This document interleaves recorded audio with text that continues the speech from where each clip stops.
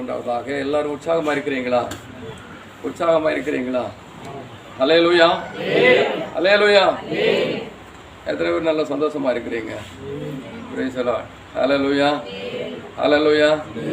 எப்பவுமே கடிந்து கொள்ளும் போது உங்களுக்கு ரொம்ப வேதனையாக தான் இருக்கும். அல்லேலூயா. வேதம் அப்படி தான் சொல்லுது. என்ன சொல்லுது? ஆமீன். வேத வசனங்கள் கடிந்து கொள்ளுதலுக்கும் நீதியை படிப்பிக்கிறதுக்கும் சீர்திருத்ததுக்கும். அல்லேலூயா. சீர்திருத்தணும், நீதியை படிப்பிக்கணும், கடிந்து கொள்ளணும். அல்லேலூயா. அப்படினால ஆமாம், என்னுடைய குறைகளை ஆமாம், ஊழியக்காரர் என்னை கண்டிக்கிறாரே, தண்டிக்கிறாரே, என்னை நேராக்கிறதுக்காக அவர் பிரயாசப்படுகிறாரு, என் மேல் கண்ணை வச்சிருக்கிறாரு, என்னால் சிந்தை வச்சிருக்கிறாரு என்கிறத நீங்கள் புரிஞ்சு சந்தோஷப்படணும். ஹல்லேலூயா. எல்லாரும் சந்தோஷமாக இருக்கிறீங்களா? கரங்கள் தட்டி மகிமைப்படுத்தும் கர்த்தர். ஹல்லேலூயா, ஹல்லேலூயா, ஹல்லேலூயா. சோத்ரம், சோத்ரம், சோத்ரம். ஆமீன். இன்றைக்கு ஆமீன் ஆலோசனைக்காக தெரிந்து கொள்ளப்பட்டதான வசனம் 1 கொரிந்தியர் 14ஆம் அதிகாரம் 4வது வசனம். வாசிங்க பார்க்கலாம். 1 கொரிந்தியர் 14ஆம் அதிகாரம் 4வது வசனம். அந்நிய பாஷையில் பேசுகிறவன் தனக்கே பக்தி விருத்தி உண்டாக பேசுகிறான். தீர்க்க தரிசனம் சொல்லுகிறவனோ சபைக்கு பக்தி விருத்தி உண்டாக பேசுகிறான். அந்நிய பாஷையில பேசுகிறவன் தனக்கு பக்தி விருத்தி உண்டாக பேசுகிறான். தீர்க்க தரிசனம் சொல்லுகிறவனோ சபைக்கு பக்தி விருத்தி உண்டாக பேசுகிறான். ஹல்லேலூயா, ஆமென். தீர்க்க தரிசனம் ஆமென் சபையில எதற்காக ஆண்டவர் வைத்திருக்கிறார், தீர்க்க தரிசிகளை எதற்காக உருவாக்கி இருக்கிறார் என்று நாம் பார்க்கும்போது, தீர்க்க தரிசனம் சொல்லி ஆமென் நித்திய ராஜ்யத்துக்கு ஏற்ற ஆமென் ஆலோசனைகளை சொல்லி அவர்களுடைய குறைவான அந்த கெட்ட நடக்கைகளை, சீர்கேடான நடக்கைகளை சொல்லி அவர்களை சீர்படுத்தி தெய்வ நாமத்துக்கு ஏற்றவர்களாக ஆமென் ஆண்டவராகிய இயேசு கிறிஸ்துவின் மனவாட்டியாக நல்ல பூரண கற்புள்ள ஒரு சபையாக ஒருக்குவதற்காகவே சபையில தீர்க்க தரிசிகளை கர்த்தர் வைத்திருக்கிறார் என்பதை இந்த இடத்துல நீங்கள் விளங்கிக் கொள்ள வேண்டும் என்று ஆமென் கேட்டுக்கொள்கிறேன். ஹல்லேலூயா, ஆமென். தீர்க்க தரிசனம் சொல்லுகிறவன் சபைக்கு பக்தி விருத்தி உண்டாக பேசுகிறான். ஹல்லேலூயா, ஆமென். சபையில தேவ பிள்ளைகளிடத்துல இருக்கிறதான குறைகளை சொல்லி ஆமென் நீதியான விஷயங்களை அவர்களுக்கு எடுத்து கூறி ஆமென் அவர்களை இயேசுவினுடைய சுபாவத்துக்கு ஏற்றவர்களாய் அவர்களை வழிநடத்துவதற்கு இந்த தீர்க்க தரிசிகளை வைத்திருக்கிறார் என்பதை நீங்கள் மறுபடியும் விளங்கிக் கொள்ள வேண்டும், மறக்கவே கூடாது. ஹல்லேலூயா, ஆமென். இந்த சிந்தையோடு இருங்க. அப்பொழுதுதான் இன்றைக்கு ஆலோசனைகள் உங்களுக்கு நன்றாக புரிந்து கொள்ள முடியும். ஆமென். எபேசியர் நிருபம் 4ஆம் அதிகாரத்தில் 11 முதலான வசனத்தை வாசியுங்கள். அப்போஸ்தலனாகிய பரிசுத்த பவுல் எபேசியருக்கு நிருபம் எழுதும் போது இப்படி சொல்லுகிறார். அந்த சபைக்கு சொல்லுங்க. மேலும் நாம் அனைவரும் தேவனுடைய குமாரனை பற்றும் விசுவாசத்திலும் அறிவிலும் ஒருமைப்பட்டவர்கள் ஆகி கிறிஸ்துவினுடைய நிறைவான வளர்ச்சியின் அளவுக்கு தக்கதாக பூரண புருஷராகும்படி, கிறிஸ்துவின் நிறைவான வளர்ச்சியின் அளவுக்கு தக்கதாக அவர்கள் இயேசுவை போல பூரண புருஷராகும்படிக்கு பரிசுத்தவான்கள். ஆமென். சோத்ர. ஹல்லேலூயா, ஆமென். சீர் பொருந்தும் பொருட்டும் வாசிங்க. சுவிசேஷ ஊழியத்தின் வேலைக்காகவும் கிறிஸ்துவின் சரீரமாகிய சபையானது. அது உங்களுக்கு ஏற்கனவே சொல்லியிருக்கிறேன். கிறிஸ்துவின் சரீரமாகிய சபை என்று சொல்லும் போது அவன் கிறிஸ்துவின் மனவாட்டி சபை. கிறிஸ்து இந்த சபைக்கு தலையாக இருக்கிறார். ஆமென். இந்த அந்த தலைக்கு கீழே இருக்கிறதான அந்த சரீரம் கிறிஸ்துவ சபையாக இருக்கிறது. அந்த சரீரத்தில் இருக்கிறதான கை, கால், ஆமென், விரல், மூக்கு, இதெல்லாம் ஒவ்வொரு விசுவாசிகளை ஆமென் குறிக்கிறது. ஹல்லேலூயா. இப்படி சபையை குறித்து நம்ம படித்த போது 144,000 பேர் தான் கிறிஸ்துவின் மணவாட்டி சபை என்று நாம் படிக்க கர்த்தர் கிருபை செய்திருந்தார். ஹல்லேலூயா. அந்தபடியே இந்த பரிசுத்த சபையை ஒடுக்குவதற்காக அவர் என்ன பண்ணுகிறார்? ஆமென், சிலரை இந்த சபையில ஆமென் உருவாக்கி இருக்கிற தீர்க்கதரிசிகளை தொடர்ந்து வாசிங்க. பரிசுத்தவான்கள் சீர் பொருந்தும் பொருட்டு, சுவிசேஷ ஊழியத்தின் வேலைக்காக. பரிசுத்தவான்கள் சீர் பொருந்தும் பொருட்டு, அதாவது பரிசுத்தவான்கள் பூரண ஆமென் வளர்ச்சி அடைந்த பூரண புருஷனாய் இருக்கிற அந்த இயேசுவுக்கு ஒப்பாக மாறுவதற்காகவே இந்த ஊழியக்காரர்களை சபையில வைத்திருக்கிறார். ஹல்லேலூயா. இளவாசிங்க. கிறிஸ்துவின் சரீரமாகிய சபையானது பக்தி விருத்தி அடைவதற்காகவும் அவர் சிலரை அப்போஸ்தலராகவும் சிலரை தீர்க்கதரிசிகளாகவும் சிலரை சுவிசேஷகளாகவும் சிலரை மேய்ப்பராகவும் போதகராகவும் ஏற்படுத்தினார். ஹல்லேலூயா. அப்போ கிறிஸ்துவின் சரீரமாகிய சபை பூரண வளர்ச்சி அடைவதற்காக, நிறைவான வளர்ச்சி அடைவதற்காகத்தான் இயேசு 5 விதமான ஊழியக்காரர்களை சபையில வைத்திருக்கிறார். அதுல ஒருவர் தான் ஆமென் தீர்க்கதரிசி என்று சொல்லப்படுகிற அந்த மனுஷன். ஹல்லேலூயா. அப்போ இந்த 5 விதமான ஊழியக்காரர்களும் ஆமென் இயேசுவின் ஆமென் நிறைவான வளர்ச்சியை அடைவதற்கு ஏதுவாகத்தான் அவர்கள் சுவிசேஷம் சொல்லணும், தீர்க்க தரிசனம் சொல்லணும் என்று தான் ஆண்டவர் விருப்பமுள்ளவராய் இருக்கிறார். ஹல்லேலூயா. ஹல்லேலூயா. ஆமென். ஆனபடினால பிரியமானவர்களே, ஆமென், நீங்கள் எல்லாரும் புரிந்து கொள்ள வேண்டும். சபையில தீர்க்க தரிசனம் அவன் சொல்லுகிற ஒரு தீர்க்க தரிசி, அவன் அவன் அங்கே இருக்கிறவருடைய உலக பிரகாரமான வாழ்க்கைக்கு தேவையான தீர்க்க தரிசனங்களை அல்ல அவன் சொல்ல வேண்டியது. பரலோக ராஜ்யத்துக்கு ஆமென், பரலோக ராஜ்யத்துல அந்த சியோனில் முதல் பிறந்த இயேசுவுக்கு ஆமென் பூரண புருஷனாய் இருக்கிற அந்த இயேசுவுக்கு மனவாட்டியாய் மாறுவதற்கு இந்த உலகத்தில் அவர் நடந்த பாதையில நீ நடக்க வேண்டும். அவர் நடந்த பாதைக்கு எதிராக இருக்கிறதான செயல்களை எடுத்து கூறி அவர்களை பக்தியில அவர்களுக்கு இருக்கிறதான பக்தி விருத்தி அடைவதற்கு ஏதுவாக வழிநடத்தப்படுவதற்காகவே தீர்க்கதரிசிகளை கர்த்தர் சபையில வைத்திருக்கிறார். அதே போல ஊழியக்காரர்களை வைத்திருக்கிறார், அப்போஸ்தலர்களை வைத்திருக்கிறார், ஆமென், போதகர்களை வைத்திருக்கிறார், மேய்ப்பர்களை வைத்திருக்கிறார். எல்லாருடைய வேலையும் ஆமென் கிறிஸ்துவின் சரீரமாகிய சபை நிறைவான வளர்ச்சி இயேசுவை போல் ஆகுவதற்கு ஒருக்கிறவர்களாகவே இருப்பார்கள். ஹல்லேலூயா. ஹல்லேலூயா. ஆமென். ஆமென். அப்போஸ்தலனாகிய யோவான் எழுதுகிறார். ஆமென். 9:10 வசனம், 2 யோவான் 9:10 வசனம் வாசிங்க. சீக்கிரம் வாசிங்க. இந்த உபதேசத்தை கொண்டு வராதவனை உங்கள் வீட்டிலே ஏற்றுக்கொள்ளக்கூடாது என்று சொல்லுகிறார். வாசிங்க பார்க்கலாம். கிறிஸ்துவின் உபதேசத்திலே நிலைத்து இராமல் மீறி நடக்கிற எவனும் தேவனை உடையவன் அல்ல. ஹல்லேலூயா.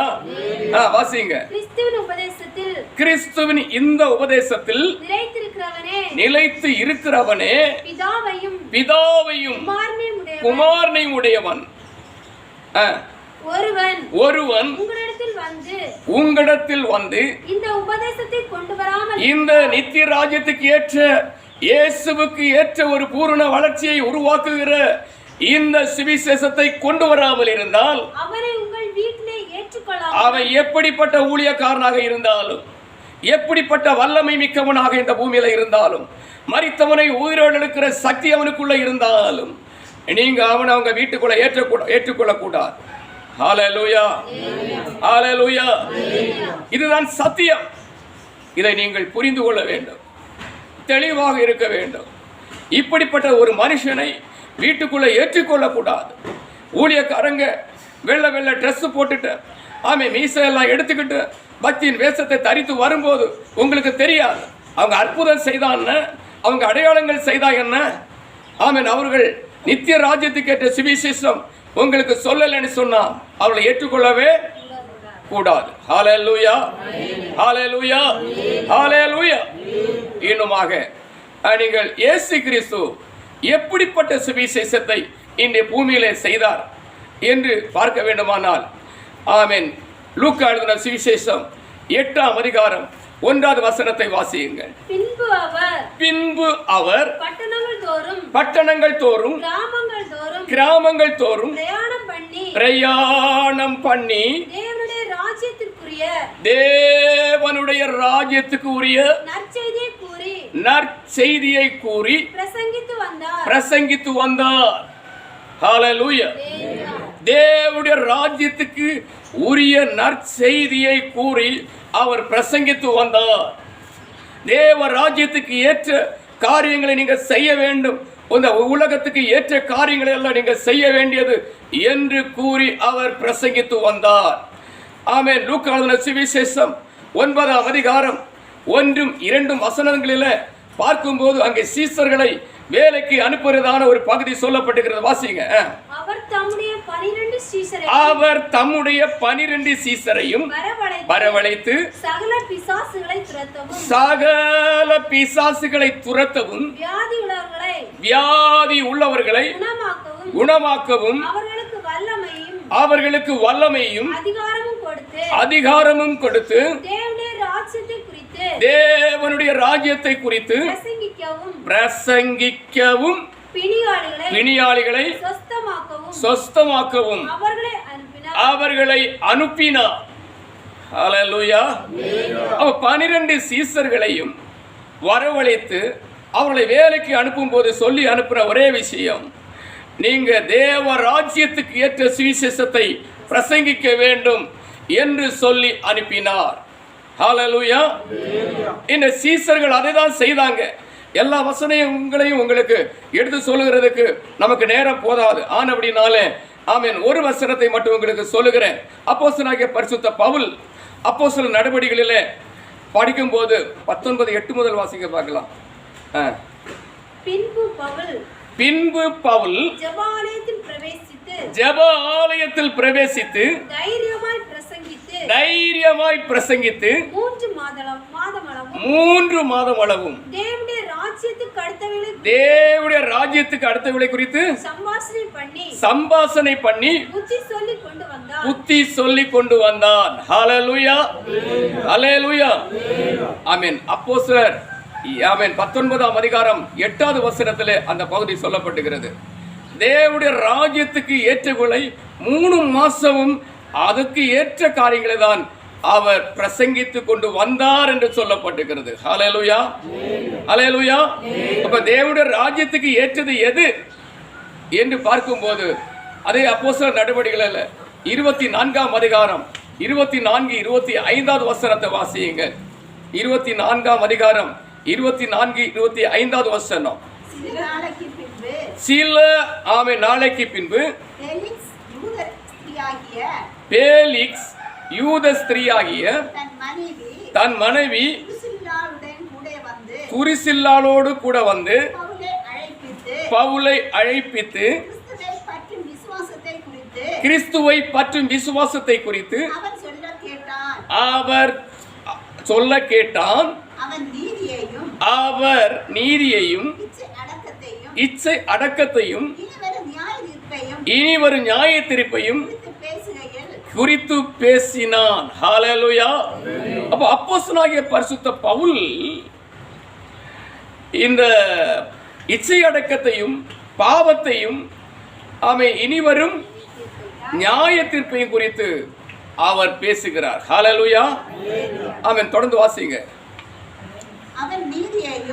அவன் நீதியையும் இச்சை அடக்கத்தையும் இனி வரும் நியாய தீர்ப்பையும் குறித்து பேசுகையில் பேலிஸ் பயமடைந்து இப்பொழுது நீர் போகலாம், எனக்கு சமயமான போது உன்னை அழைப்பிப்பேன் என்றார். ஹல்லேலூயா. இந்த இடத்துல நீங்க என்ன புரிந்து கொள்ள வேண்டும் என்று சொன்னால், ஆமென், சீசன் எதை சொல்லுகிறான்? நியாய நீதியையும் இச்சை அடக்கத்தையும் இனி ஒரு நியாய தீர்ப்பையும் குறித்து பேசுகிறான். அப்போ இச்சை அடக்கத்தை குறித்து பேசும்போது அவனுக்குள்ளே ஒரு பயம் உண்டாகிறது. ஆமென். இனி ஒரு நியாய தீர்ப்பை குறித்து பேசும்போது அவனுக்குள்ளே பயம் உண்டாகிறது. நீதியை குறித்து பேசும்போது அவனுக்குள்ளே பயம் உண்டாகிறது. ஏன்? அவன் அநீதி செய்கிறவனாக இருக்கிறான், அவன் நீதி அற்றவனாக இருக்கிறான், அவன் பாவம் செய்கிறவனாக இருக்கிறான், அவன் நியாய விதி நாட்களில் ஆமென் அவன் ரட்சைக்கு உரியவனாக அல்ல, சிட்சைக்கு உரியவனாக இருக்கிறான். ஹல்லேலூயா. அப்படினாலே தான் அவனுக்குள்ள பயம் உண்டாயிற்று. அப்போ இப்போ அவனுக்குள்ள இருந்த பக்தி விருத்தி அடைவதற்கு ஏதுவான பிரசங்கம் இந்த பிரசங்கம் தான். ஹல்லேலூயா. இப்படிதான் தீர்க்கதரிசிகளும் கேடானவைகளை ஆமென் முற்றிலுமாய் அவர்களை விட்டு அகற்றும்படியாய் அவர்களுக்குள்ளே இருக்கிறதான தவறுகளை, அவர்களுடைய குற்றங்களை, குறைகளை எடுத்து கூறுகிறவர்களாக இருக்க வேண்டும் தீர்க்கதரிசிகள். அப்பொழுதுதான் அவங்களுக்குள்ள இருக்கிறதான விசுவாசம் பூரணமான இயேசுக்குள்ள இருந்த விசுவாசத்துக்கு அளவுக்கு வளர்ச்சி அடைய முடியும். அவர்களுக்குள்ள இருக்கிறதான செய்கைகள் இயேசுக்கு ஏற்றபடி ஒரு செய்கை உடையவர்களாய் மாற முடியும். ஹல்லேலூயா. அப்படினால நீங்க கிறிஸ்து இயேசுவுக்கு முன்பாக பூரண புருஷராய் மாறும்படியாக ஆமென் சபையை அவன் கடிந்து கொண்டு அவன் சிட்சித்து சீர்படுத்துகிற ஊழியக்காரர்களை நீங்கள் 2 தரம் கனத்துக்குரியவர்களாக, நீங்கள் 10 மடங்கு கனத்துக்குரியவர்களாக நீங்கள் எண்ண வேண்டும். அவன் உங்களை கடிந்து கொள்ளும் போது, உங்களை சிட்சிக்கும் போது, உங்களை சீர்படுத்த முயற்சிக்கும் போது நீங்கள் வழுகி தூரம் போகிறவர்களாக இருந்தால் நீங்கள் தள்ளப்பட்டவர்களாக போவீங்க. அந்த பேலிஸ் என்கிறதான அந்த மனுஷனுக்கு அவன் இப்பொழுது பவுல் சொன்னதான அந்த வார்த்தைகளை கேட்கும் போது அவனுக்குள்ளே பயம் உண்டாகிறது. நான் இப்படி இருக்கிறேன், நான் இந்த சுபாவத்தில் இருந்தால் நியாய விதி நாளிலே சிட்சைக்கு அகப்படுவேன். அப்படினாலே நான் இந்த சுபாவத்தை விட்டு ஆமென் நான் மாற வேண்டும் என்று சொல்லி அவன் விருப்பமுள்ளவனாய் இருந்தான். ஹல்லேலூயா. ஹல்லேலூயா. அப்படினாலே ஊழியக்காரன் எல்லாருக்கும் முன்பாகவும் என்னை கடிந்து கொள்ளுகிறாரே, என்னிடத்தில் தனியாக சொன்னால் போதாதா என்னெல்லாம் நீங்க நினைக்க கூடாது. ஹல்லேலூயா. ஒரு பிள்ளை தவறு செய்யும் போது அந்த பிள்ளையை எழுப்பி சிட்சிக்கும் போது, அவன் சபை நடுவில் சிட்சிக்கும் போது அந்த பிள்ளையை கண்டு மற்ற பிள்ளைகள் எல்லாரும் ஒழுக்கம் படிப்பார்கள். அவனை தனியாக சிட்சிக்கும் போது அவன் மட்டும்தான் ஒழுக்கம் படிப்பான். சபை நடுவில் சிட்சிக்கும் போது எல்லா பிள்ளைகளும் ஒழுக்கம் படிப்பார்கள். அப்படினாலே ஒரு தீர்க்கதரிசியாக இருந்தாலும் நீ என்ன பாவத்துக்குள்ளே அகப்பட்டிருக்கிறாய் என்று சொல்லி பாவத்தை வெளிப்படையாக சொல்லுகிறவனாக இருக்க வேண்டும். ஹல்லேலூயா. ஹல்லேலூயா. அப்படிப்பட்ட தீர்க்கதரிசி தான் இயேசுனுடைய ஆவியின் உடைய ஒரு தீர்க்கதரிசியாக இருப்பானே தவிர மற்றவன் கள்ள தீர்க்கதரிசியாக இருப்பான். எல்லாரும் கரங்களை தட்டி மகிமைப்படுத்துவோம் கர்த்தரே. ஹல்லேலூயா. ஆமென். நீங்கள் இந்த வேளையில கள்ள தீர்க்கதரிசி எப்படி இருப்பான் என்பதை குறித்து கூட நீங்க படிக்க வேண்டும். 2 பேதுரு 2ஆம் அதிகாரத்தில் 1 முதலான வசனத்தை வாசியுங்க. 2 பேதுரு 2ஆம் அதிகாரம் 1, 2 வசனம் வாசியுங்க. சீக்கிரம் வாசிங்க. Price the Lord.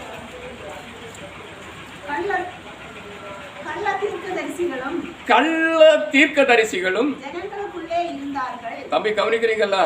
கள்ள தீர்க்கதரிசிகளும் ஜனங்களுக்குள்ளே இருந்தார்கள். அப்படியே உங்களுக்குள்ளும், உங்களுக்கு உள்ளுன்னு சொன்னா சபைக்குள்ளும், ஜனங்களுக்குள்ளே சொன்னா ஆமென் சபைக்கு வெளியிலையும், ஆமென் போகிற வருகிற இடங்களில வந்து சந்திகளில ஆமென் பெரும் கூட்டங்களின் நடுவில் எல்லாம் கள்ள தீர்க்கதரிசிகள் இருந்தாங்க. அப்படியே உங்களுக்குள்ள சொன்னா சபைக்குள்ளேயும் இருக்கிறார்கள். கள்ள போதர்களும் கள்ள தீர்க்கதரிசிகளும் இருப்பார்கள். அவர்கள் கேட்டுக்கு ஏதுவான வேத புரட்டுகளை தந்திரமாய்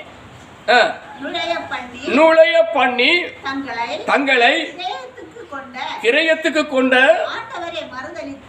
ஆண்டவரை மறுதலித்து தீவிரமான அழிவை வருவித்துக் கொள்வார்கள். ஹல்லேலூயா. இயேசு தன்னுடைய சொந்த இரத்தத்தை ஒரு சொட்டில்லாம எல்லாவற்றையும் சிந்தி பாவத்துக்கு அடிமையாய் இருந்த ஆமென் ஒவ்வொருவரையும், இந்த உலகத்தில் இருக்கிற ஒவ்வொருவரையும் அவர் ரட்சித்தார். அதை நீங்கள் எப்பொழுதும் மனதில் வைத்துக் கொள்ள வேண்டும். ஆனபடினாலே தான் ஆமென் பாவம் செய்தா ஆத்துமா சாகும். ஆனா சாகாம இருக்கிறதுக்கு தான், அந்த ஆத்துமா ரட்சிப்புக்காகத்தான் ஆண்டவர் தன்னுடைய சிலுவையில தந்ததான சிலுவையில அவர் தன்னுடைய சரீரத்தை ஆமென் பாடுபடுவதற்கு ஒப்பு கொடுத்து இரத்த கடைசி சொட்டு இரத்தமும் ஆமென் முற்றிலுமாய் நமக்காக ஆமென் கொடுத்தார் என்று நாம் பார்க்கிறோம். ஹல்லேலூயா. இதைத்தான் ஆமென் நாம் சிந்தித்துக் கொள்ள வேண்டும். ஆமென். இந்த இயேசு கிறிஸ்து என்ன நோக்கத்துக்காக சிலுவையில பாடுபட்டாரோ அந்த நோக்கத்தை மறுதலிக்க பண்ணுகிற ஆமென் ஒரு சிந்தையுடையவர்களாக இருப்பாங்க கள்ள தீர்க்கதரிசிகள், கள்ள போதகர்கள். அவங்களுக்கு இயேசுடைய சிலுவையை குறித்தோ ஆமென் இயேசுவுக்கு பின்னாக போகிறத குறித்தோ அல்லது அவர் இருக்கிற நித்திய ராஜ்யத்தை குறித்தோ அவர்களுக்கு சிந்தனை இல்லை. அவருடைய சிந்தனை எல்லாம் இந்த உலகத்துக்குரிய ஆசீர்வாதங்கள். ஹல்லேலூயா. ஆமென். இந்த உலகத்துக்குரிய ஆசீர்வாதங்களை காட்டும் போது அவங்களுடைய பக்தி விருத்தி அடையாது. அவங்களுடைய இருக்கிற பக்தி மறுபடியும் நாசமான வழியில தான் போகுமே தவிர விருத்தி அடைவதற்கு ஒரு வாய்ப்புமே இல்லை. ஆனபடினாலே கள்ள தீர்க்கதரிசி யாரு, நல்ல தீர்க்கதரிசி யாரு என்பதை நீங்கள் புரிந்து கொள்ள வேண்டும். ஹல்லேலூயா. ஹல்லேலூயா.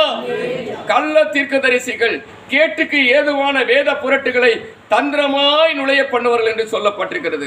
அநேகருடைய இருதயத்துக்குள்ள அவங்களுடைய பேச்சுகள் எல்லாம் ரொம்ப பலமாக இருக்கும். அவங்க ரொம்ப இனிமை உள்ளவர்களாக இருப்பாங்க, நல்ல அவன் கேட்கிறவங்களா இருப்பாங்க, பின்தொடர்களாக இருப்பாங்க. ஏன்னா அவங்களை வசப்படுத்தி கொள்வாங்க. அவங்களுடைய பேச்சு அவங்களை இழுக்கும். ஏன்னா உலகத்தில் அவங்க தரித்திரமாய் இருப்பாங்க, அவங்க வேதனையின் மத்தியில் இருப்பாங்க. அப்போ இவங்க சொல்லுவாங்க, உனக்கு ஆசீர்வாதம், உனக்கு நன்மை, உனக்கு சந்தோஷம், உனக்கு விடுதலை.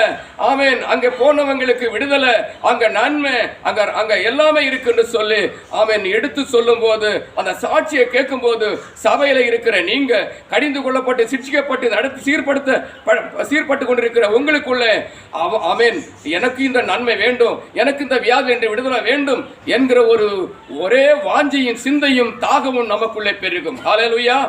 பிரியமானவர்களே, ஏன்னா உங்களுக்கு அது புரிந்து கொள்ள முடியாது. இந்த பூமியில அற்புதங்களை செய்கிறது தேவ பிள்ளைகள் தான் செய்கிறாங்க நீங்க நினைக்கிறீங்க. இல்ல, கள்ள போதகர்களும் அற்புதங்களை செய்கிறாங்க. இவங்களை நீங்க வாசிக்கணும்னா புரிஞ்சு விடணும்னா நீங்க வாசிங்க. மத்தேயு எழுதின சுவிசேஷம் 7ஆம் அதிகாரம் 21 முதலான வசனத்தை வாசியுங்கள். மத்தேயு எழுதின சுவிசேஷம் 7ஆம் அதிகாரம் 21வது வசனத்தை வாசியுங்கள். பரலோகத்தில் இருக்கிற என் பிதாவின் சித்தத்தின்படி செய்கிறவனே பரலோக ராஜ்யத்தில் பிரவேசிப்பானே அல்லாமல் என்னை நோக்கி கர்த்தாவே கர்த்தாவே என்று சொல்லுகிறவன் பிரவேசிப்பதில்லை.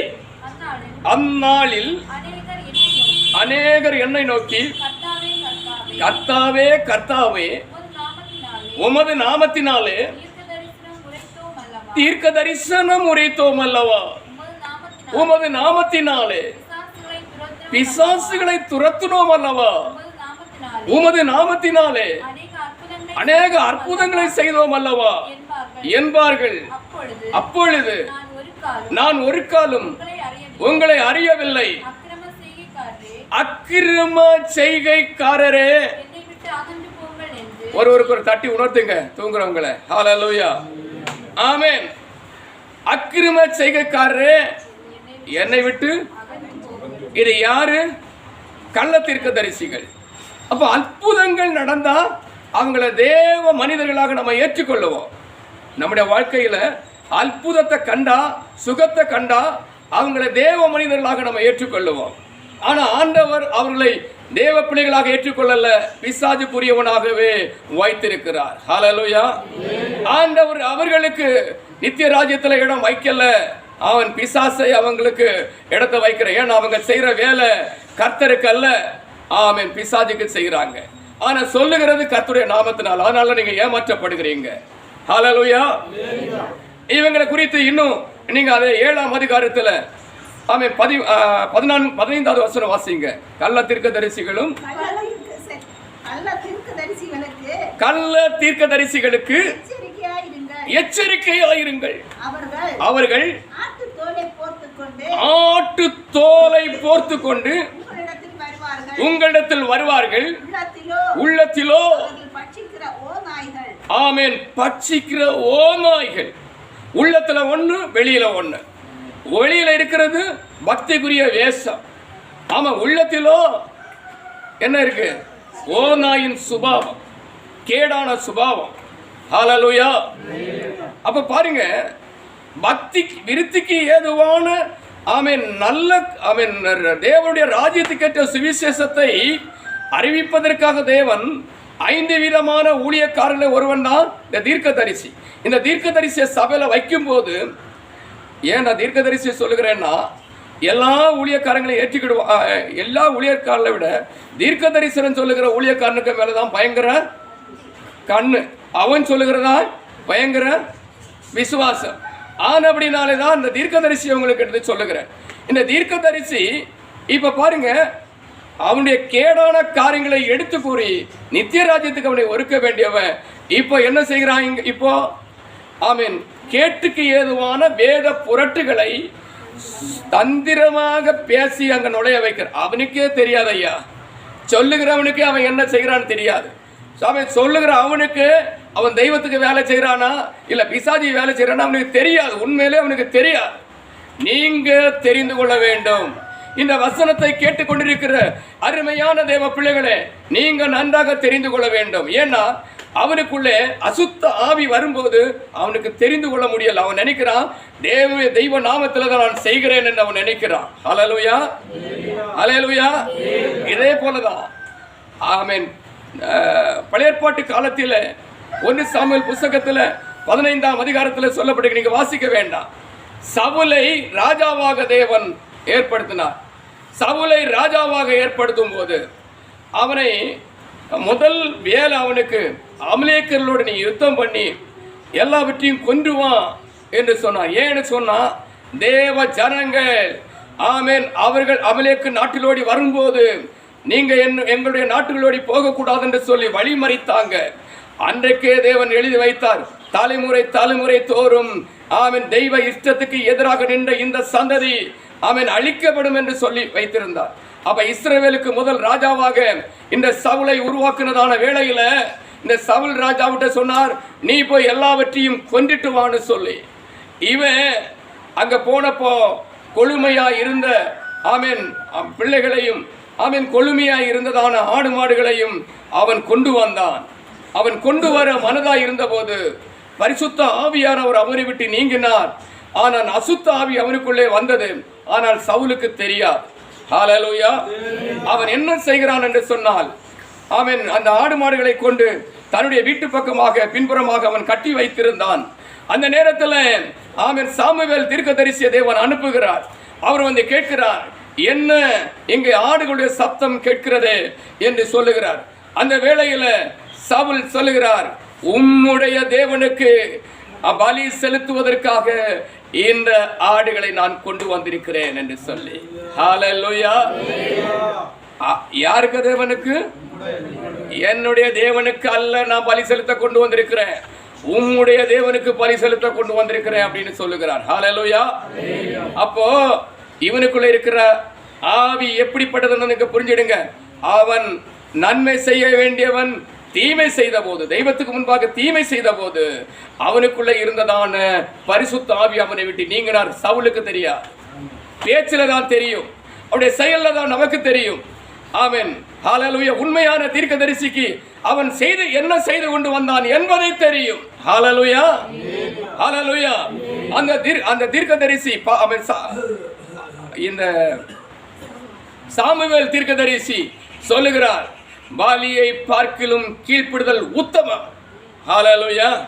நீ தெய்வம் சொன்னதை செய்திருந்தா அதுவே உத்தமம். உனக்கு ஆடு மாடுகள் அவருடைய பலி ஆண்டவருக்கு வேண்டாம் என்று சொல்லுகிறார். ஹல்லேலூயா, ஹல்லேலூயா. அங்கே கடிந்து கொள்ளப்படுகிறது. அதான் உண்மையான தீர்க்கதரிசி, உண்மையான ஊழியக்காரன், உண்மையான போதகன். அவன் கடிந்து கொள்ளதான் செய்வான். அவன் கடிச்சு குதறுகிறது மாதிரி பேசதான் செய்வான். அவருடைய பேச்சை கேட்குமா இனிமையா இருக்காது. நெல்லிக்காய் மாதிரி, காட்டு நெல்லிக்காய் மாதிரி. அவன் முதல்ல கசக்கும், அப்புறம் இனிக்கும். வாழ்க்கையில நீங்க கஷ்டப்பட்டுட்டு ஆமென் இந்த இனிப்பை நீங்க தேடக்கூடாது. கஷ்டப்படாத அவர் சொல்லுகிற வார்த்தை கீழ்ப்படிந்து நீங்க அந்த மதுரத்தை தேட வேண்டும் என்று இந்த நேரத்தில் நீங்க கேட்கப்படுகிறீங்க. நான் சொல்லுகிறதான ஆலோசனைகள், கர்த்தருடைய நாமத்தில் சொல்லுகிறதான ஆலோசனைகள் நீங்கள் அசதியாக விட்டுவிடக் கூடாது. அதை ஜாக்கிரதையாய் நீங்கள் பின்பற்ற வேண்டும். இல்லை என்றால் கசக்கும், அது வாழ்க்கை கசப்பாகவே இருக்கும். ஹல்லேலூயா. நீங்க மதுரம் உள்ளவர்களாக மாற வேண்டும் என்றால் இப்பொழுதே உங்களுடைய குறைகளை நீங்கள் உணர்ந்து கொள்ள வேண்டும். ஆமென். நல்ல தீர்க்கதரிசியின் மேல, அவன் நல்ல ஊழியக்காரன் மேல அவன் கடிந்து கொண்டாலும் அவன் மேல நீங்க அன்பு செலுத்தி தெய்வத்துக்கு ஏற்ற ஒரு நிறைவான வளர்ச்சியை நோக்கி நீங்கள் வளர வேண்டும் என்பதை பரிசுத்த ஆவியானவர் உங்களுக்கு தெளிவாக சொல்லுகிறார். ஹல்லேலூயா. கர்த்தரை மகிமைப்படுத்துங்க. ஹல்லேலூயா. ஆமென். இன்னும் பாருங்க, எரேமியாவின் புலம்பல் புத்தகத்துல 2ஆம் அதிகாரத்துல 14வது வசனத்தை வாசியுங்க. எரேமியாவின் புலம்பல் புத்தகம் 2ஆம் அதிகாரம் 14வது வசனம் வாசியுங்க. உன் தீர்க்கதரிசிகள், உன் கொஞ்சம் ஜீவனோட சொல்லுங்க. உன் தீர்க்கதரிசிகள் அபத்தமும் வியர்த்தவுமான தரிசனங்களை உனக்காக தரிசித்தார்கள். அவர்கள் உன் சிறையிருப்பை விளக்கும்படி உன் அக்கிரமத்தை எடுத்து காட்டாமல் அபத்தமானவைகளையும் கேடானவைகளையும் உனக்காக தரிசித்தார்கள். ஹல்லேலூயா. உன் சிறையிருப்பை விட்டு உன்னை திருப்பும்படி, நீ இந்த பூமிக்கு அடிமையானவனாய் வாழாதபடிக்கு பரலோகத்துக்குரிய சுதந்திரவாளியாய் மாறுவதற்கு, உன்னுடைய சிறையிருப்பை இந்த பூமியில நீ அடிமைப்பட்டு போகிறதுக்கும், நீ தரித்திரமாகி போகிறதுக்கும், இந்த உலகத்தில் இன்னொருத்தருக்கு அடிமையாய் போகிறதுக்கும் ஏதுவாக இருக்கிறதான இந்த தீர்க்க தரிசனத்தை நீ விசுவாசித்தபடினாலே தான் நீ இன்றைக்கு பாபிலோன் ராஜாவுடைய அந்த பாபிலோன் நாட்டுக்கு அடிமையாக விற்கப்பட்டாய் என்று சொல்லி அங்கே தீர்க்க தரிசனம் சொல்லுகிறார். ஹல்லேலூயா, ஹல்லேலூயா, ஹல்லேலூயா. என்னன்னு சொன்னா அதுக்கு முந்தின வசனம் கூட வாசிங்க. ஆமென். 13வது வசனம் வாசிங்க. எருசலேம் குமாரத்தியே, நான் உனக்கு சாட்சியாக என்னத்தை சொல்லுவேன்? உன்னை எதற்கு ஒப்பிடுவேன்? சீயோன் குமாரத்தியே, கன்னிகையே, நான் உன்னை தேற்றும்படி உன்னை எதற்கு நிகர் சொல்லுவேன்?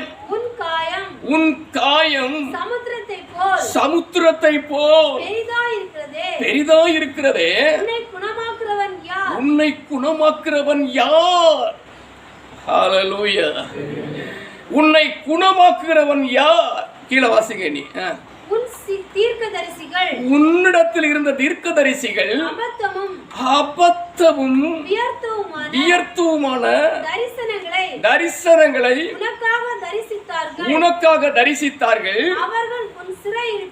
அவர்கள் உன் சிறையிருப்பை விளக்கும்படி உன் அக்கிரமத்தை எடுத்து சொல்லாமே அபத்தமானவைகளையும் கேடானவைகளையும்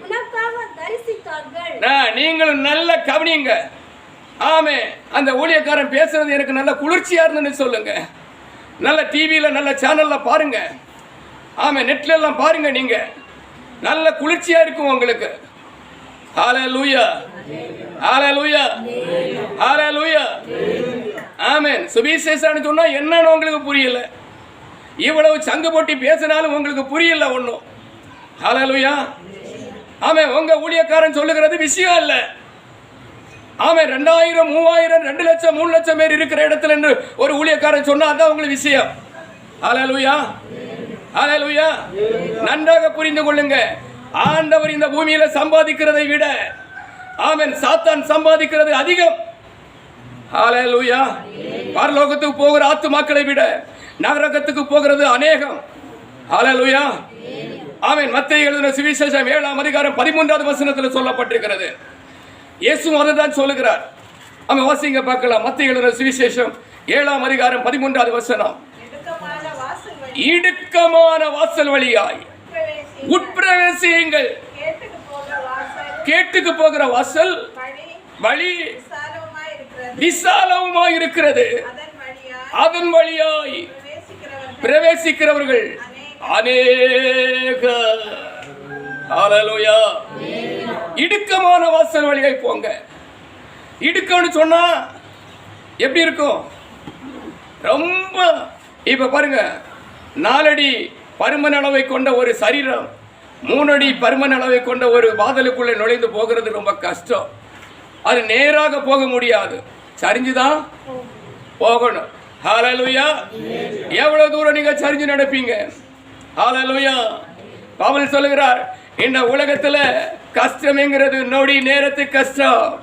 ஆமே. எதுக்கு சொல்லுகிறார்? யுக யுகமாக தேவன் நமக்கு வைத்திருக்கிற வாழ்க்கையை நாம் எண்ணி பார்க்கும் போது ஓ இந்த உலகத்துல 80 வருஷம் ஜீவிப்பது நொடி நேரம் என்று சொல்லுகிறார். ஹalleluya. ஹalleluya. ஹalleluya. எத்தனை துன்பம் துயரம் வந்தும் பக்தனை தேற்றிடும் ஔஷதம் சத்திய வேதம், பக்தரின் கீதம், சுத்தர்கள் போகும் பாதையின் தீபம், உத்தம மார்க்கம் காட்டும் சத்திய வேதம். ஹalleluya. ஹalleluya. ஆமென். ஹalleluya. நன்றாக புரிந்து கொள்ளுங்க. இடுக்கமான வாசல் வழியாய் போங்க. நான் சொல்லும் போது உங்களுக்கு கஷ்டத்தை, உங்களுடைய குறைகளை எடுத்து சொல்லும் போது, உங்களுடைய நிலைப்பாடுகள் தவறான வழிகளை எடுத்து சொல்லும் போதும் எப்ப பார்த்தாலும் இந்த பாஸ் இதுதான் பேசுவார், பின்ன எப்போது எதை பேசணும் சொல்லுங்க. நீங்க மூச்சு எப்ப போகணும் எனக்கு தெரியுமா? அடுத்த நிமிஷம் நமக்குள்ள வேதம் சொல்லுகிறது, உனக்கு தெரியுமா எப்ப உன்னுடைய மூச்சு போகணும் சொல்லி. ஹalleluya. எப்பொழுதும் உன்னிடத்துல தவறு இருந்தால், அதை உன்னிடத்துல கரி இருந்தால், உன்னுடைய முகத்துல கரி பூசப்பட்டிருந்தால் அதை எடுத்து சொல்லுகிறவன் தான் ஊழியக்காரன். ஒரு பிள்ளை தவறு செய்யும் போது இது தவறுடா, இந்த வழி போக கூடாதுடா, ஆமென், நீ இந்த வழிதான் போகணும், அதுலதான் நன்மை இருக்குன்னு சொல்கிறது ஐயா உண்மையான தகப்பன். ஹalleluya. ஹalleluya. ஹalleluya. ஆமென். ஆனபடினால இந்த ஊழியக்காரர் சரியில்லை. ஆமென். எனக்கு ஒரு நல்ல ஊழியக்காரர் அவரே 10,000 பேரை வச்சிருக்கிற சபையில 15 லட்சத்தை வச்சிருக்கிற சபையில அவங்க சொல்லாத இந்த போடி ஊழியக்காரன் சொல்லுகிறான். இவன் சொல்லுவா, இவனுக்குள்ள பரிசுத்த ஆவியின் பலன் இருக்கு. ஹalleluya. ஹalleluya. ஆமென். இவன் சொல்லுவான், அவன் சொல்ல மாட்டான். ஹalleluya. நீங்க உங்களை எங்க நிறுத்தி இருக்கிறாங்களோ ஆண்டவர் அங்கதான் நின்று யார் இடத்துல ஒப்பு கொடுத்திருக்கிறாரோ அந்த மேய்ப்பன் சொல்லுகிறதா நீங்க கேட்கணும். ஹalleluya. கள்ள தீர்க்கதரிசிகளுக்கு எச்சரிக்கையா இருங்கள். நல்லதையும் கெட்டதையும் தெரியாத நீங்க எப்படி எச்சரிக்கையா இருக்க முடியும்? ஆனபடிலாம் நான் தெளிவாய் சொல்லுகிறேன். ஹalleluya. விசாலமான வழியா போகிறவர்கள் அநேகர். ஹalleluya. ஹalleluya. ஆமென். விசாலமான வழி, விசாலமான வழி அது உங்களுக்கு தெரியும். விசாலமான வழி எப்படி இருக்குன்னு சொல்லி. ஹalleluya. ஒரு கண்டிப்பில்லை, ஒரு தண்டிப்பில்லை, ஒரு சிட்சை இல்லை. காலுக்கு மேலே காலை போட்டுட்டு காலை ஆட்டிட்டு ஆசீர்வாதம் பெற்றுட்டு போகுவாங்க. அதான் விசாலமான வழி. கேட்டுக்கு ஏதுவான வேத பொருட்டை ஆமென் உள்ளே நுழையப்படுகிறது யாரு? ஆமென். மனம் திரும்புதலை பற்றி பேச மாட்டாங்க. ஆமென். நியாயம் நீதி செய்யணும், இந்த உலகத்தில் நீதியை வாழணுங்கிறத பேச மாட்டாங்க. ஆமென். என்ன அநியாயம் செய்தாலும் எனக்கு வர வேண்டியது கொண்டு வா, போட வேண்டிய காணிக்கையை போட்டுடு, நீ என்ன எனக்கு தர வேண்டியதை தந்துடு, 10 அப்படி இப்படியெல்லாம் சொல்லி உங்களை பேடிப்படுத்தி உங்களை பயப்படுத்தி ஆமென் உங்களை நிறுத்துகிறார்களே அவர்கள் தான் கேட்டுக்காதவான வேத பொருட்களை தந்திரமாக நுழைய பண்ணுகிறது. ஹalleluya. ஹalleluya. ஹalleluya. ஒரு விஷயத்தை சொல்லுகிறேன். ஆமென். விசுவாசம் ஒரு விஷயத்தை வாசிங்க, ஒரு வசனத்தை வாசிங்க. ஆமென். மார்க் எழுதின சுவிசேஷம் 16ஆம் அதிகாரம் 16வது வசனம் வாசிங்க. மார்க் எழுதின சுவிசேஷம் 16ஆம் அதிகாரம் 16வது வசனம். சீக்கிரம் வாசிங்க.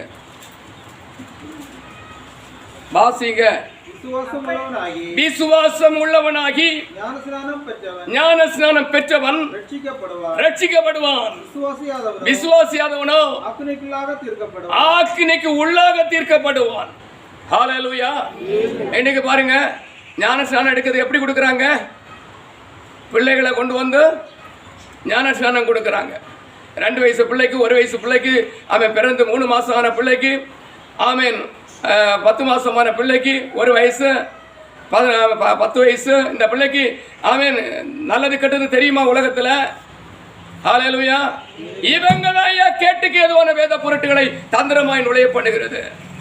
ஹல்லேலூயா. விசுவாசம் உள்ளவனாகி ஞானஸ்நானம் எடுக்கணும்.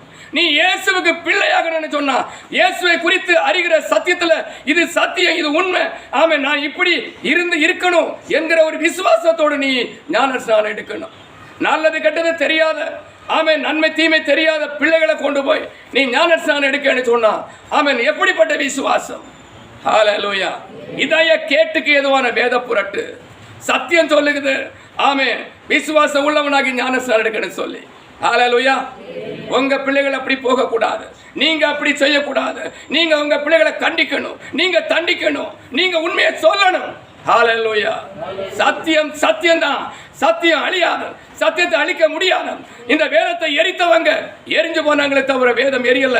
இது எரிச்சா பூமியில இருக்கிற அத்தனை வேத புத்தகத்தை எரிச்சாலும் அவன் பரலோகத்தில் தேவனுடைய வசனங்கள் நிலைத்திருக்கிறது வேதம் சொல்லுகிறது. ஹல்லேலூயா. உன்னை தொடுகிறவன் என் கண்மணியை தொடுவான் என்று சொல்லப்பட்டிருக்கிறது. ஒருவன் உனக்கு எதிராக எழும்பினால் எனக்கு விரோதமாய் அல்ல, தேவனுக்கு விரோதமாய் எழும்புகிறான். ஹல்லேலூயா. என்ன செய்யணுமோ அவர் செய்வார், செய்து கொண்டே இருக்கிறார். உங்க கண்கள் காண்கிறது. ஹல்லேலூயா. ஆனபடினால சத்தியத்தை புரிந்து கொள்ளுங்கள். ஹல்லேலூயா. சத்துருவை நேசிங்க நாடு சொல்ல நேசிப்போம், அன்பை வளர்த்துவோம். கிறிஸ்துவின் அன்பை, கிறிஸ்துவின் அன்புல நிலைத்திருக்க பண்ணுவோம். இதுதான் ஐயா நல்ல சுவிசேஷம். ஹல்லேலூயா. ஹல்லேலூயா. ஆமென். கர்த்தருக்கு பிரியமாக நீங்க வாழுங்க. ஹல்லேலூயா. கர்த்தர் உங்களை ஆசீர்வதிப்பார். ஆமென். பிரியமான வாசிங்க. கேட்டுக்கு ஏதுவான அந்த இடுக்கமான வாசல் வழியாய் போங்க. கேட்டுக்கு போகிற வாசலோ இடுக்கமான வாசல் வழியாய் உட்பிரவேசியுங்கள். கேட்டுக்கு போகிற வாசல், கேட்டுக்கு போகிற வாசல் விரிவும் வழி விசாலவுமாய் இருக்கிறது, வழி விசாலவுமாய் இருக்கிறது. அதன் வழியாய் பிரவேசிக்கிறவர்கள் அநேகர். அதன் வழியாய் பிரவேசிக்கிறவர்கள் அநேகர். விசாலமான வழி.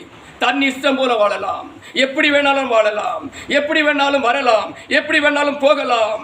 இப்படிதான் வரணும், இப்படிதான் இருக்கணும், இப்படிதான் நீ வரணும்னு சொன்னா அவன் குற்றக்காரன். ஹல்லேலூயா. நீ எப்படி வந்தாலும் கண்டுக்காம இருந்தா அவன் நல்லவன். அந்த நல்ல பேர் எனக்கு வேண்டாம், உங்களுக்குள்ளே அப்படி இருக்கக்கூடாது. ஹல்லேலூயா. ஹல்லேலூயா. ஹல்லேலூயா. பாருங்க, ஜனத்துடைய சிறையிருப்புக்கு போகிற, அந்த அடிமைத்தனத்துக்கு போகிற கேடான ஒரு நிலைக்கு தள்ளப்படுகிற அவங்களுடைய ஆமென் உள்கேடுகளை அவன் ஜனங்களுக்கு எடுத்து சொல்லி அவன் தவறுகளை அவன் எடுத்து காட்டி இது தவறு, இப்படி போகக்கூடாது என்று சொல்லி எச்சரித்து பேச வேண்டிய ஊழியக்காரன் அவன் என்ன செய்கிறான்? அவன் அபத்தமும் வியத்தவுமான காரியத்தை தரிசித்ததுனால இவங்க பாபுலோன் நாட்டுக்கு அடிமைப்பட்டு போனார்கள் என்று நாம் படிக்கிறோம். ஹல்லேலூயா. நீ பிசாசுக்கு முன்பாக அடிமைப்பட்டு போவாய், ஆனபடினால உன்னை எச்சரிக்கிறது. ஹல்லேலூயா.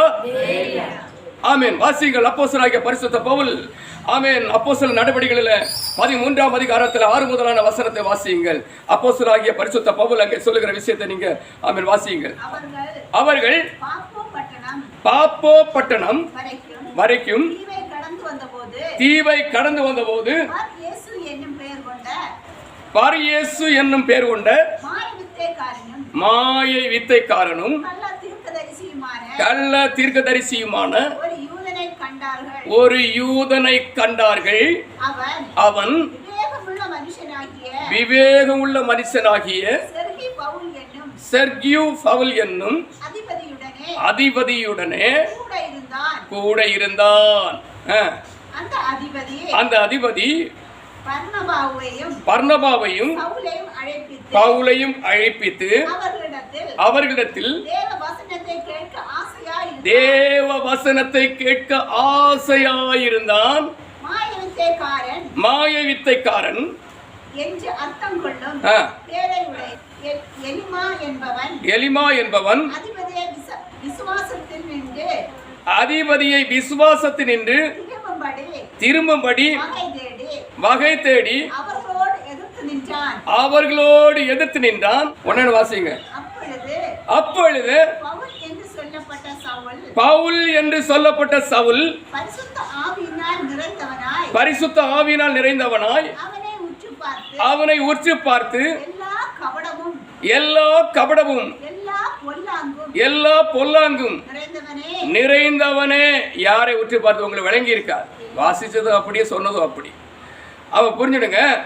யாரை உற்று பார்த்துன்னு சொன்னா இந்த கள்ள தீர்க்கதரிசி மாய வித்தைக்காரன் இவன் என்ன பண்ணினான்னு சொன்னா, ஆமீன், இந்த பவுல் சொல்லுகிற சத்தியத்துக்கு எதிராக இவனை திசை திருப்பும்படிய தீர்க்க தரிசனம் சொல்லுகிறான். அப்பொழுதுதான் இந்த கடிந்து கொள்ளுத வார்த்தையை பவுல் சொல்லுகிறார். யாரு? இந்த மாய வித்தை கள்ள தீர்க்க தரிசியை கடிந்து கொள்ளுகிறார். அதை திருப்பி ஒரு வாசிங்க. கடிந்து கொள்ளுகிறது எல்லா கபடும் எல்லா பொல்லாங்கும் நிறைந்தவனே பிசாசின் மகனே நீதிக்கு எல்லாம் பகைஞனே கர்த்தருடைய செம்மையான வழிகளை உரட்டுவதில் ஓயமாட்டாயோ. இதோ இப்பொழுது கர்த்தருடைய கை உன்மேல் வந்திருக்கிறது. சில காலம் சூரியனை காண மாட்டாய். நீ குருடனாயிருப்பாய். அந்தபடி அவன் சில காலம் சில வருஷங்கள் அவன் குருடனாயிருந்தான்.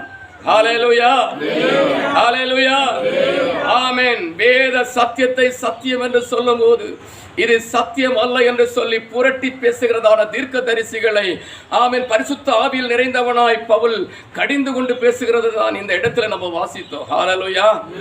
ஆனா நமக்குள்ள இருக்கிற, ஆமென், ஆவி இன்றைக்கு அந்த தீர்க்க தரிசிகளோடு இணைந்து கொள்கிறது என்று சொன்னால் எப்பேற்பட்ட ஆவியை உடையவர்களாய் நாம் இருக்கிறோம் என்பது நீங்கள் அப்பொழுதே புரிந்து கொள்ள வேண்டும். உங்களுக்கு வருகிற இணக்கம்தான், ஆமென், உங்களுக்குள்ள இருக்கிற ஆவி எப்படிப்பட்டது என்று புரிந்து கொள்வதற்கு ஏதுவாக இருக்கும். ஹல்லேலூயா. சத்தியத்தை கொண்டு வராதவனை வீட்டில் ஏற்றுக்கொள்ளக்கூடாது என்று சொல்லும் போது எவனோ ஒருத்தன் வந்தா அவனை பிடிச்சு வாங்கடலி பிடிச்சு அவன் என்னென்று தீர்க்க தரிசனம் சொல்லி உன்னை வீட்டில் அந்த பக்கம் செய்து வச்சிருக்கு இந்த பக்கம் செய்து வச்சிருக்குன்னு சொன்னா அவனை அப்படியே நம்பி உனக்கு கால் வலி இருக்கு உள்ளதுன்னா உடனே நம்பி இதெல்லாம் பிசாச்சு தெரியாதா? ஹல்லேலூயா, ஹல்லேலூயா, ஹல்லேலூயா, ஆமென். எல்லாருக்கும் தெரியும். அங்கே ஒரு குருசடிகாரி ஒருத்தி இருக்கா. அவள்கிட்ட போய் கேளுங்க. திருத்தபுரத்தில் அவளும் சொல்லுவான். ஹல்லேலூயா, ஹல்லேலூயா, ஆமென். அவனை கால் வலி இருக்கு, கை வலி இருக்கு, எல்லாம் சொல்லுவாங்க. ஹல்லேலூயா. இந்த ஆவிதாயா எல்லாருக்குள்ள இருக்கு. நீங்க புரிஞ்சுடுங்க. நல்ல ஆவின்னா அப்படி அல்ல. ஆமென். நம்மளுடைய தவறுகளை தவறு என்று சொல்லும், உண்மையை உண்மையாக தான் சொல்லும், பொய்யை பொய்யாக தான் பொய் என்று தான் சொல்லும். ஹல்லேலூயா, ஹல்லேலூயா, ஆமென். புரிந்து கொள்ளுங்க. இனி ஒரு வசனம் வாசிங்க. வெளிப்படுத்துற விசேஷம் 2ஆம் அதிகாரம் 20வது வசனம் வாசிங்க. வெளிப்படுத்துற விசேஷம் 2ஆம் அதிகாரம் 20வது வசனம் வாசிங்க. ஆகிலும் உன் பேரில் எனக்கு குறை உண்டு. என்னவென்றால் தன்னை தீர்க்கதரிசி என்று சொல்லுகிற எசவேல் என்னும் ஸ்திரீயானவள் என்னுடைய ஊழியக்காரர் வேசித்தனம் பண்ணுவதற்கு புசிக்கவும் அவர்களுக்கு போதித்து அவர்களை வஞ்சிக்கும்படி நீ அவளுக்கு இடம் கொடுக்கிறாய். ஹல்லேலூயா. தியத்ரா சபையின் ஊழியக்காரனுக்கு, ஆமென், பரிசுத்த தூதன், ஆமென், இந்த விஷயத்தை வெளிப்படுத்தி கொடுக்கிறார். ஆமென். நீ என்னுடைய தீர்க்கதரிசி, ஒன்னில் இருக்கிற தீர்க்கதரிசி ஆகிய எசவேல் என்னும் ஸ்திரீயானவள் என்னுடைய ஊழியக்காரர்கள் மோசம் போகிறதுக்கு ஏதுவாக பேசுகிறார். அதை நீ கடிந்து கொள்ளலன்னு சொல்லுகிறார். ஹல்லேலூயா. அவர்களுக்கு ஆ. போதித்து போதித்து அவர்களை வஞ்சிக்கும்படி வஞ்சிக்கும்படி நீ அவளுக்கு இடம் கொடுக்கிறாய். நீ அவளுக்கு இடம் கொடுக்கிறாய். ஹல்லேலூயா. நீ அவளுக்கு அவளுக்கு இடம் கொடுக்கிறாய். ஆனபடினால உன்னிடத்துல ஒரு குறை உண்டுன்னு சொல்லுகிறாய். இதுதான் உன்னுடைய குறை. நீ அவளை தட்டி இருத்த வேண்டிய இடத்துல இருத்தாம நீ அவளுக்கு இஷ்டம் போல நடக்கிறதுக்கும் பேசுறதுக்கும் என்னுடைய பிள்ளைகள் எல்லாம் வஞ்சிக்கப்படுவதற்கும் நீ இடம் கொடுக்கிறாய். நீ எச்சரிக்கலைன்னு சொல்லுகிறாய். அதான் தியத்திர சபையில ஊழியக்காரனுக்கு ஆர்டர் கொடுக்கிற ஒரு எச்சரிப்பு. உன்னிடத்துல குறை இருக்கு. ஹல்லேலூயா. இந்த எசபேல் எப்படிப்பட்டவ தெரியுமா? எசபேல் யார் தெரியுமா? எசபேல்னு சொல்றவா ஆகாப்பு ராஜாவுடைய மனைவி. அது 1 ராஜாக்கள் புஸ்தகம் 21ஆம் அதிகாரத்தில் சொல்லப்பட்டிருக்கிறது. ஆகாப் என்று சொல்லக்கூடிய ராஜாவுடைய மனைவி எசபேல். இவள் என்ன செய்தான்னு சொன்னா, ஆமென், ஆகாப்புடைய வீட்டு பக்கத்தில் ஒரு நாவால் என்கிற ஒரு தீர்க்க ஒரு மனுஷனுடைய திராட்சை தோட்டம் இருந்தது. இந்த ஆகாப்பு ராஜா கேட்குறான், எனக்கு இந்த இடத்த கூட எனக்கு கீரை நடுறதுக்குன்னு சொல்லி கேட்குறான். அப்போ இவன் என்ன செய்தான், என்னால் கொடுக்க முடியாது, என்னுடைய காணி ஆட்சியாக இருக்கிறது, நான் அதை கொடுக்க மாட்டேன் அப்படின்னு சொல்லுகிறான். அவன் சொல்லுறான், எனக்கு கூட உனக்கு வேற இடம் தாரேன், பதிலாக இடம் தாரேன், என்ன வேணாலும் தாரேன், பணம் வேணா பணம் தரேன், நீ கொடுன்னு கேட்குறான். இவன் கொடுக்க மாட்டேன்னு சொல்கிறான். உடனே ஏசபேல் என்கிற மனைவி, இந்த ஆகாப் ராஜாவுக்கு மனைவி, அவன் சொல்லுகிறா, சொல்லக்கு முன்னாடி இந்த ஆகாப் ராஜா என்ன பண்ணுகிறான், மனவேதனையோடு இருக்கிறான் இவன் கொடுக்கலையேன்னு சொல்லி. ஒன்றும் புசிக்கல குடிக்கல, அப்படி வேதனையாக இருக்கிறான். வேதனையாக இருக்கும்போது இந்த எசபேல் சொல்கிறா, ஏயா நீங்கள் வேதனையாக இருக்கிறீங்க, ராஜாவே உமக்கு என்ன ஆச்சு அப்படின்னு சொல்லி. உடனே அவன் சொல்கிறான், இந்த பாரு, இந்த தோட்டத்தை, திராட்சை தோட்டத்தை நான் கீரை நடுறதுக்கு நாவல்கிட்ட கேட்டேன், அவன் கொடுக்க மாட்டேங்கிறான்னு சொல்லி. ஐயா இதுக்கு ஐயா நீர் இப்படி தின்னாம குடிக்காம இருக்கிறீர், நீர் ராஜா தானே, நாளைக்கு உமக்கு கையில் இந்த திராட்சை தோட்டம் வந்திருக்கும், நீ தைரியமா எழுந்து ஆமென் புசித்து குடித்து சந்தோஷமாயிருன்னு சொல்லுகிறான். ஹல்லேலூயா. நாளைக்கு உமக்கு கையில் வந்திருக்கும் இந்த திராட்சை தோட்டம். அதுதான் அவளுடைய ராணவம். நாளைக்கு கர்வம், வைராக்கியம், ஆமென், அகம்பாவம், இப்படி நிறைந்ததான தீர்க்கதரிசிகள் இன்றைக்கு ஆமென் சபையில் இருக்கிறாங்க. நீங்க கூட பார்ப்பீங்க. நீங்க ஏதாவது தீர்க்கதரிசிகள்கிட்ட நான் சொன்னீங்கன்னா, தீர்க்கதரிசிக்கு வருத கோபம், நீங்க அறியாம செய்றீங்கிறது அவங்களுக்கு தெரியவே. ஹல்லேலூயா. இந்த சத்தியத்தை சொல்லி பாருங்க, நான் இப்ப சொல்ற சத்தியத்தை சொல்லி பாருங்க, தீர்க்கதரிசி பொத்துன்னு வரும். ஹல்லேலூயா. அதான் உண்மையானதுக்கு எதிராகவே அவங்க நிற்பாங்க. அப்ப பாருங்க, இந்த நாவல் இப்போ கொடுக்க மாட்டேன்னு சொன்ன இவன் அதுக்கெல்லாம் ஏற்பாடு பண்ணியாச்சு. பண்ணிட்டு அவன் அங்கே சபைக்கு முன்பாக சொன்னான், நாளைக்கு அவன் உபவாச கூட்டம் அறிவித்து, அவங்க தேசத்தில் உபவாச கூட்டத்தை அறிவித்து, நாளைக்கு அந்த 2 பேலியாளின் பிள்ளைகளை, அப்படின்னா மோசமாக நடக்கிற, அது பொய் சாட்சி சொல்லுகிற 2 பேரை கூட்டிகிட்டு வந்து, நீங்கள் நாவாலுக்கு எதிராக எழும்பி இவன் ராஜாவை தூசணம் பண்ணினான் அப்படி நீங்கள் சொல்லணும். சொல்லும்போது நீங்கள் எல்லாரும் கல்லெடுத்து தெரிஞ்சு இவனை கொல்லணும். ஹல்லேலூயா அப்படின்னு சொல்லி திட்டமிட்டார். ஹல்லேலூயா, ஹல்லேலூயா, ஹல்லேலூயா.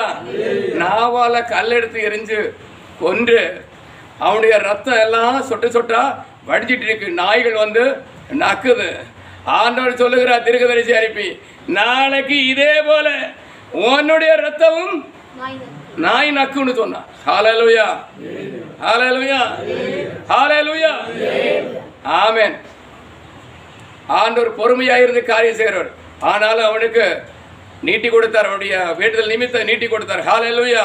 பிரியமானவர்களே, இதுதான் எசபேலுடைய தீர்க்கதரிசி. இன்றைக்கு சபைக்குள்ள இப்படிப்பட்ட சுபாவமுடையவர்கள் இருக்கிறாங்க.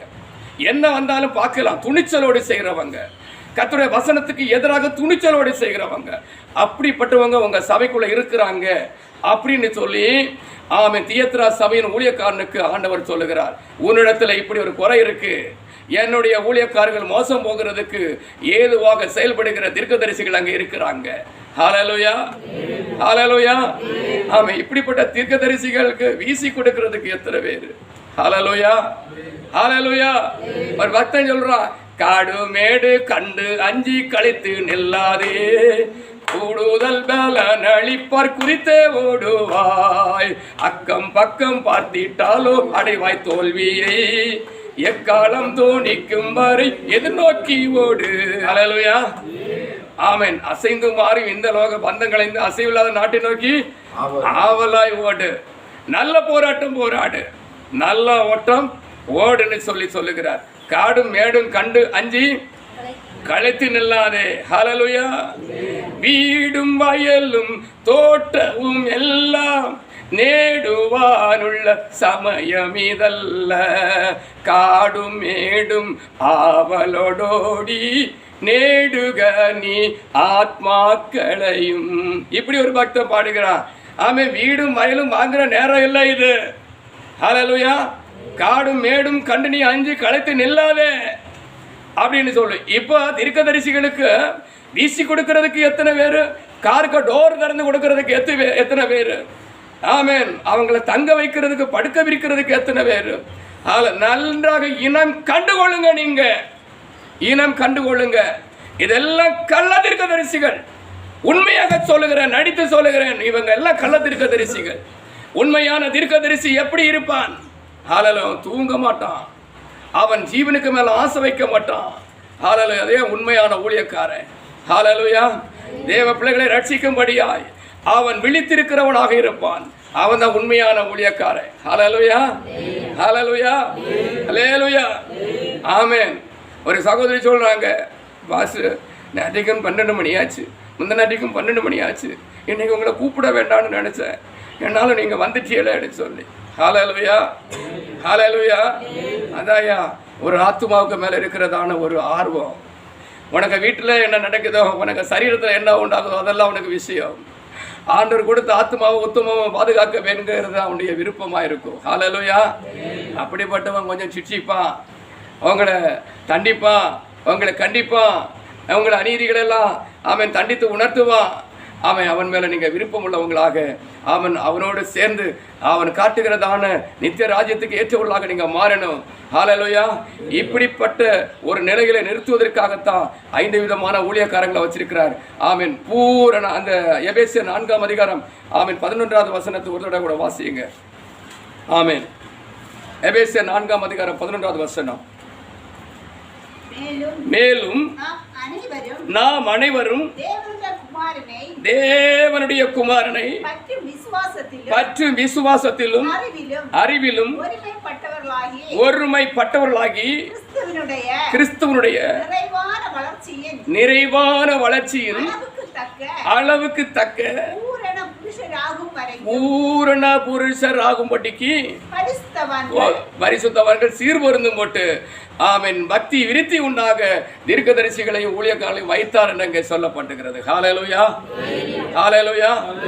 ஆமென். 13 முதல் வாசிங்க. அதுல அவர் சிலரை அப்போஸ்தலராகவும் தீர்க்கதரிசிகளாகவும் சுவிசேஷகராகவும் சிலரை மேய்ப்பராகவும் போதகராகவும் ஏற்படுத்தினார். வாசிங்க. நாம் இனி குழந்தைகளாயிராமல் மனுஷருடைய சூதும் வஞ்சிக்கிறதுக்கு எதுவுமான தந்திரமுள்ள போதகமாகிய பலவித காற்றினால் அலைகளைப் போல அடிபட்டு அலைகளாயிராமல் அன்புடன் சத்தியத்தை கைக்கொண்டு தலையாகிய கிறிஸ்துவுக்குள் எல்லாவற்றிலையும் நாம் வளருகிற அப்படி செய்தார். வளருகிறவர்களாய் இருக்கும்படியே அப்படி செய்தார். ஹல்லேலூயா. எல்லாவற்றிலையும் வளரணும். ஏதோ 1-2 விஷயத்துல இல்ல, எல்லாவற்றிலையும் வளரணும்னு தான் அப்படி செய்திருக்கிறார். ஆனபடினால நாம் ஒருமித்து இயேசுவின் நாமத்தை உயர்த்துவோம். நாம் ஒருமித்து கர்த்தருக்கு இந்த உண்மையான ஊழியத்தை உத்தமமாக நம்ம செய்வோம். நாம் ஒருமித்து அவருக்கு திரு உடலாகவே நாம் மாறுவோம். நிச்சயமாக கர்த்தர் இந்த வசனங்கள் மூலமாக உங்களை ஆசீர்வதிக்கணும், ஆசீர்வதிப்பாராக. நிறைவாகவே உங்களை ஆசீர்வதிப்பேன். நீங்கள் ஆசீர்வாதமாக இருப்பீங்க. இந்த வசனத்தின்படி வசனங்களை கை கொண்டு வாழுங்க. கர்த்தர் உங்களை ஆசீர்வதிப்பார். நான் உங்களை ஆசீர்வதிக்கிறேன்.